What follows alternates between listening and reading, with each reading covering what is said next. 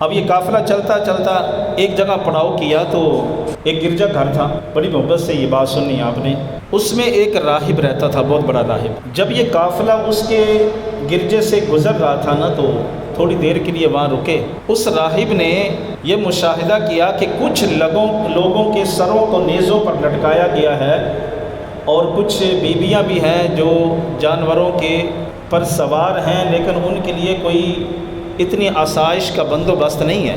جانور کے اوپر جب بیٹھنا ہوتا ہے نا تو اس کے اوپر کچھ نہ کچھ ڈال کے بیٹھا جاتا ہے، اگر ننگا بیٹھا جائے تو بندے کو تکلیف ہوتی ہے۔ انہوں نے پاک بیویوں کے ساتھ بھی ایسا رویہ پیش کیا، ایسے اس انداز سے ان کے ساتھ پیش آئے کہ محسوس ہو رہا تھا، بلکہ یقین ہے کہ ان کے ساتھ کوئی اچھا برتاؤ نہیں تھا۔ اب اس راہب نے جب دیکھا کہ کچھ لوگوں کے سروں کو جو ہے وہ نیزوں پر لٹکایا گیا ہے، وہ باہر نکلا، یزیدیوں سے ملاقات کی اور پوچھا کہ یہ کس کا سر ہے اور یہ اتنے سر اور یہ کیا ماجرا ہے؟ تو یزیدیوں کے لشکر نے یہ بتایا کہ یہ ہمارے جو نبی ہیں ان کے نواسے کا سر ہے اور یہ ان کے رفقا ہیں جو میدان کرب و بلا میں پوری بات بتائی۔ راہب جو بے ایمان تھا، اب اس کو بڑی تکلیف ہوئی، اس نے کہا افسوس ہے تم پر، کتنے برے تم لوگ ہو کہ اپنے نبی کے نواسے کے ساتھ یہ تم نے برتاؤ کیا ہے۔ اتنا بھی ظلم کرتا ہے، کتنا بڑا ظالم کیوں نہ ہو جائے، اتنا تو کوئی ظلم نہیں کرتا۔ بہرحال اس نے ایک خواہش اور تمنا کا اظہار کیا، اس نے کہا جی آج رات جو ہے نا وہ یہ سر انور نواسہ رسول امام حسین رضی اللہ تعالیٰ عنہ کا سر ایک رات کے لیے مجھے عطا کرو، ایک رات کے لیے یہ سر مجھے عطا کرو۔ برادران اسلام، بزرگوں، دوستو، اللہ کا کرم دیکھیے کہ اس راہب کے مقدر کس طرح جاگ رہے ہیں۔ اس راہب نے کہا کہ سر حسین نواسہ رسول صلی اللہ تعالیٰ علیہ وسلم کا سر ایک رات کے لیے مجھے دے دو اور اس کے بدلے میں 10,000 دینار میں تمہیں دیتا ہوں۔ اس راہب نے کیا کیا، سر حسین رضی اللہ تعالیٰ عنہ کو دھویا، دھو کر جو ہے اس کو خوشبو لگائی، خوشبو لگا کے اپنی گود میں رکھ کر بیٹھ گیا۔